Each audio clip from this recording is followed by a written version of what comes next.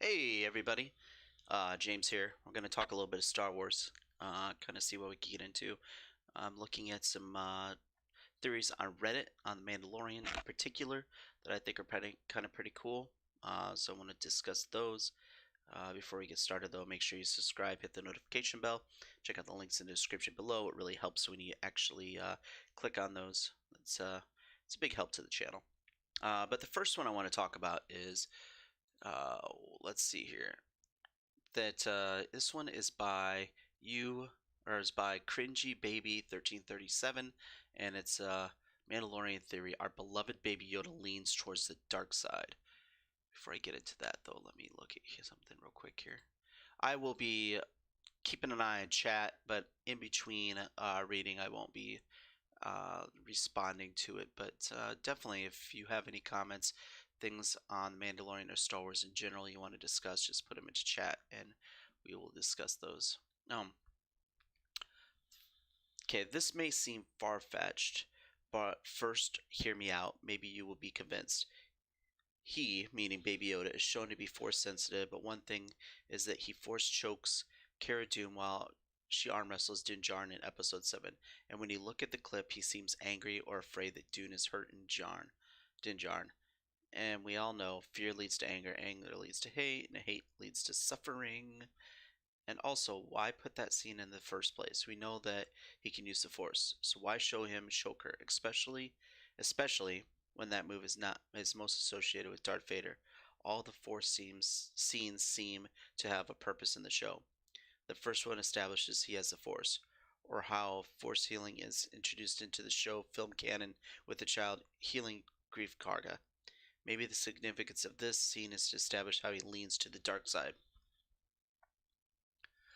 He also gets excited and happy over violence. I can see that, as if he really enjoys it, which could also be a hint to how he leans to the dark side.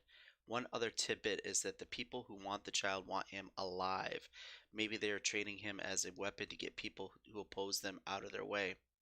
Yeah, they're going to be waiting a while, though. He's got to wait long ways until he's ready to be a hunter or an enforcer. My final piece of evidence is a line from Moff Gideon that being, you may think you have some idea of what you're in possession of, but you do not. When I first saw this, I wrote it off as a throwaway line of them not knowing he's strong in the Force, even though they do. But I started noticing how him saying some idea sounds as if he thinks they know he's Force sensitive, but what they don't realize is that he is a dark side weapon. Anyway, tell me what you guys think. Is he dark side leaning or not? Uh, hey, what's up, Eat My Bullets? How you doing today? So is he dark side leaning? I'm starting to wonder that too, especially with this last episode.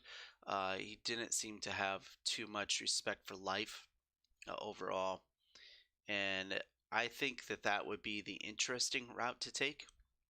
Is that he is leaning to the dark side, and I think that's one of the reasons why Din Djarin has to go out there and seek out Jedi. I think that uh, he's going to have such a bond with the child or Baby Yoda that I don't think he really wants to give the child up. However, I really think that he's going to have troubles with the child. I think the child is going to start showing more and more dark tendencies, and Din Djarin, the Mando, is going to realize, hey, I've got to do something. I've got to find some way of getting uh, somebody that knows what they're doing to actually work with this child. But that doesn't mean that he's going to completely give up on him or he's going to pass him off. But I think at least finding somebody that could give him advice and work with him on it. That's so. With that being said, it has me kind of wondering if maybe instead of Din Djarin passing Baby Yoda off, what show is better, Clone Wars or Rebels? Clone Wars has the better episodes. Rebels is the better series because it's more, um, it's a more tight story, whereas Clone Wars kind of jumps all over the place. But man, I would say you could definitely start with Rebels and really get a good feel for some of the characters, because some of the characters of Clone Wars do show up in Rebels, and it's obviously years later. It's, gosh, 15 plus years later, but you can get a good idea of what their characters are like.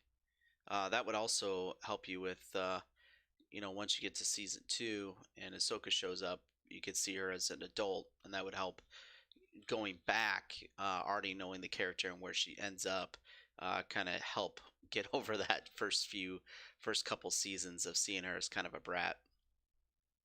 What was I at with that? So I'm wondering if in the Mandalorian, if there is a going to be a Jedi that we don't know that's going to be added to the show, which will give the opportunity for Baby Yoda to stay with Mando while also allowing uh, the child to be trained in the ways of the Force. So, is Baby Yoda, is he leaning to the dark side? Uh, yeah, I think he's going to. I mean, if he doesn't have anybody to train him in the ways of the Force, why would he not fall into some of the trappings? I mean, he's gonna have all this power and not know how to use it. So falling to the dark side, I think would be kind of almost natural for a lot of people. Uh, if you all of a sudden you had that power and nobody to teach you to avoid the attachments part of it, the anger, using strong emotions, I could see you fall into the dark side. This other one, the this one deals with, and I'm not going to read this entire thing, but this is by the Mediocre Critic. And basically, the gist of it is that the name Gideon, which uh, there's a lot that's been pulled from for Star Wars from different religions, including Christian and Jewish religions. And the name Gideon is in the Hebrew Bible, and he's a judge. And so this theory is that Moff Gideon is going to be a judge, or another word for it, inquisitor. So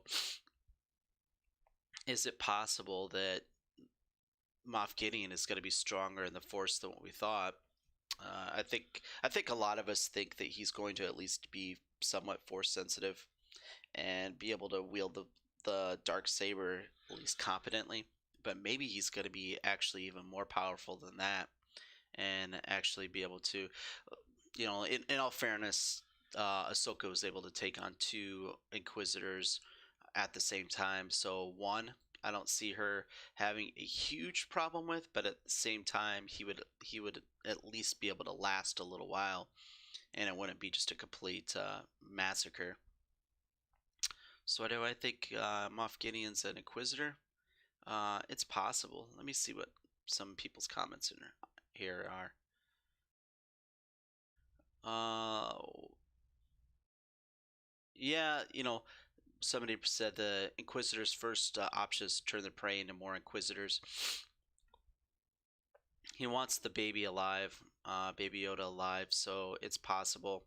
But with how slowly Yoda's species seems to age, how how much time, how much farther into the future is Moff Gideon looking, and would that make that much sense? I mean, so Moff Gideon would, I mean, by the time the child is ready to be an Inquisitor, Moff Gideon would probably be dead, aged out.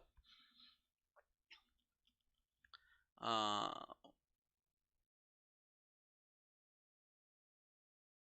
let's see.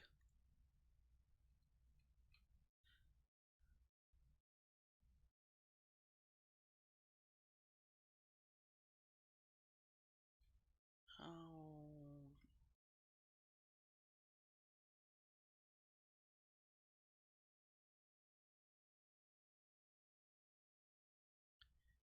yeah, nothing else really in here. I think I might be all I have. So a couple different things. Is Baby Yoda going to lean towards the dark side? Abso-freaking-lutely. I don't think that there's any doubt about it. and that's going to cause a lot of conflict, and it's going to be difficult for Din Djarin to deal with Baby Yoda. So he's going to even more be looking for a Jedi to help him out because he's going to have no clue what to do with Baby Yoda. Second of all, is Moff Gideon going to be an Inquisitor? It would make it more interesting because if there is a lightsaber duel between Ahsoka and Grief Karga, or not Grief Karga, but Moff Gideon, and Moff Gideon isn't at least somewhat proficient in the Force and good with the dark saber, then it wouldn't even be a competition. Ahsoka would defeat him within seconds. I mean, less than a second. It would just be a joke. So we'll see on those. That's all I got for today. May the Force be with you. Peace.